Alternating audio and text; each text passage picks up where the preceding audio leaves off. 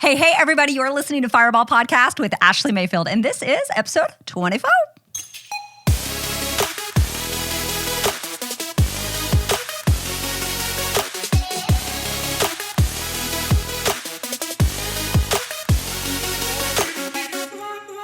What is up, everybody? Hope you guys are doing so well. Welcome back to the show. Buckle up and brace for impact.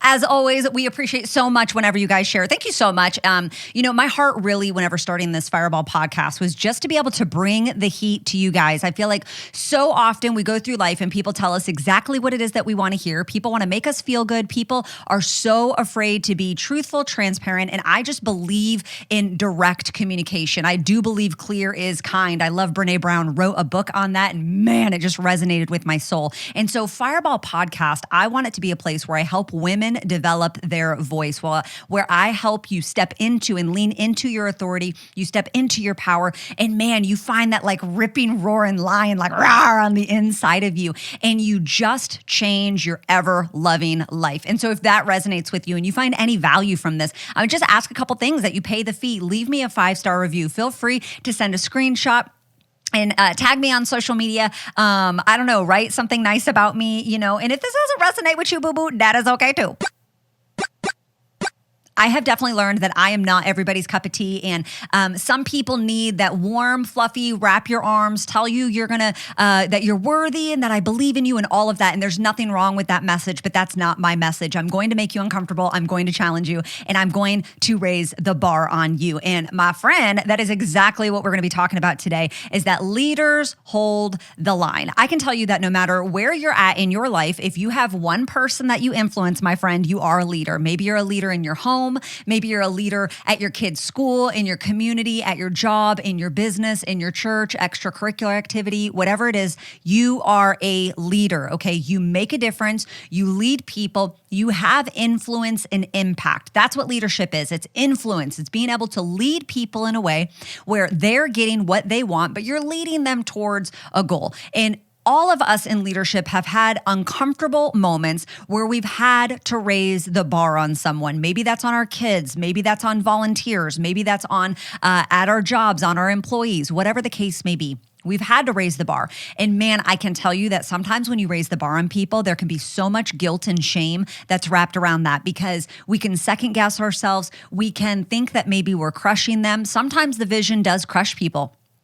Sometimes people can't handle the vision. Sometimes on the path to success, there are casualties that come along the way. Sometimes as a new leader, you have to learn at the expense of other people. Have you ever done that? Have you ever yelled at your kids and you flew off the handle only to realize that you needed to go back and apologize because you kind of overreacted, okay? And so we've all had those moments, let's be honest, but that doesn't negate the fact that leaders hold the line. You still have to have a standard in which you cause people to rise, because here's what I know. I know that you guys want to be better than where you are today. You want to be further along. You want to chase after your dreams. You want to evolve. You're driven by growth. Otherwise, you would not be consuming my content. Hello. Like, that's what we do. That's who I am. I'm going to challenge you. And we all love a good challenge. We all love to be in a position where the bar is raised on us, because we want to be able to bust out of this shell. We want to be able to crack the nut open. And whether that is to prove to ourselves, to prove to other people, to know that we've contributed to further a vision, further a goal, further a mission, we all want to be involved. And so I want to challenge you to raise the bar in your life. Therefore, it could be raised for other people, and hold the line without guilt and shame. So, story time. Recently, our kids have been getting in trouble. Now, I'm not going to go all into it, because I firmly do not believe in airing your dirty laundry. You got to keep some things off the internet, okay? But what I can tell you is that not too long ago, our kids got in trouble for something. And then about 2 weeks ago, they got in trouble again. And we kind of pulled down the gauntlet or hit the gauntlet or whatever that phrase is. We kind of went Rambo on the kids because what was going on was a big deal to us, and it should be a big deal to them, okay? And so we had a huge teaching moment about 10 days ago, and we drew a line in the sand. And basically, my husband said, this will not happen again. And then guess what happened? The same thing happened.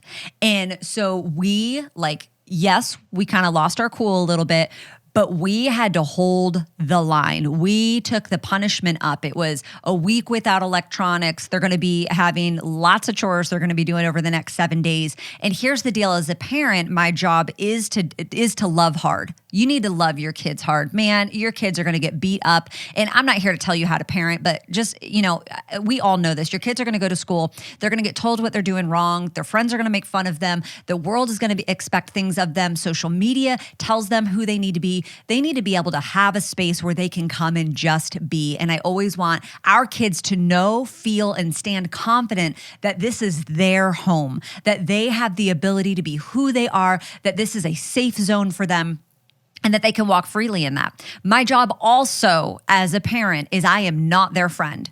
I am not their friend. I am their parent. And I have a responsibility to teach my kids and to discipline tough. Just as I love tough, I'm going to discipline tough because when they're 18, if I do not set them up for success, the world is going to eat them alive, and not my babies and not on my time. And so when they got in trouble for the third time over the same thing, we had to listen, it was like World War III up in here. We had to go off. We got the point where technology was taken away, some toys were taken away. They're going to have some tough discipline. And it was really easy for me and my husband to go back in the bedroom that night and to say, man, we feel bad. Did we cross the line? Did we go too hard? And honestly, we had to look at each other and say, no, we didn't. We are holding the line of what we will not tolerate in this house. Where is the line for you? Maybe in your family, you need to be able to say, just like we have all the time, no, we are Mayfields, and we do not stand for that. We communicate at all costs. We will not tolerate no communication. We will not tolerate disrespect. We will not tolerate ignoring. We will not tolerate not hugging. We gonna hug each other. We gonna pick on each other. We gonna poke fun at each other. That's just what we do. We have a lot of fun in our household. But at the same time, we all know that there's going to be those moments in our parenting or those moments in our life. And that's just an example where it's going to be uncomfortable. And you can feel so guilty if you do not have their best interest at heart. As someone who grew up wanting to be a people pleaser, oh my gosh, I hated it. I wanted everybody to like me. And what I've had to learn in my adult life is that I am not for everyone. But if I were to change who I am, if I were to change the way I delivered my message, and I filtered my words, and I filtered my mindset, and I filtered my action because, Sally doesn't like the way you speak, Ashleigh. Well, mother trucker, maybe I'm not for Sally. Why not that? Why is it always that we have to change to appease everybody else? Everybody is not my audience. I do not need the whole world watching me, because if the whole world is watching me, that means I'm not making a difference. It means I'm not ruffling feathers. And my friends, sometimes you're going to have to hold the line. And it's so easy to convict ourselves. It's so easy to just put on this coat of shame or put on this coat of guilt, or maybe I'm being too hard. Maybe I'm being this. Maybe I'm being that. No. Free yourself from that. No apologies for holding the line in our house. No apologies for holding the line with our kids. We have a responsibility to people, and you have a responsibility to people too. I think about in my business, without going into too much detail, there's a certain level that we consider to be like emerging leaders. They've done something, they're going somewhere, they've established some pretty cool things. And, I require something of all people that step into that leadership position.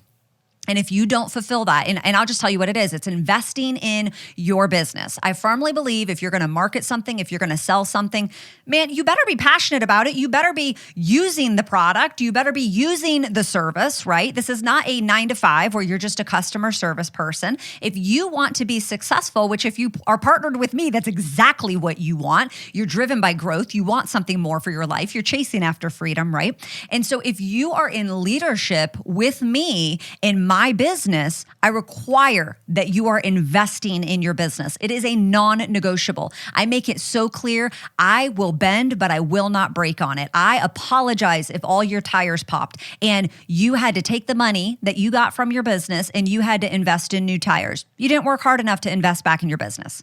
There's no apology here, you guys. Not apologizing. I apologize if your dog died. I apologize if your grandmother passed. I apologize that life happened to you.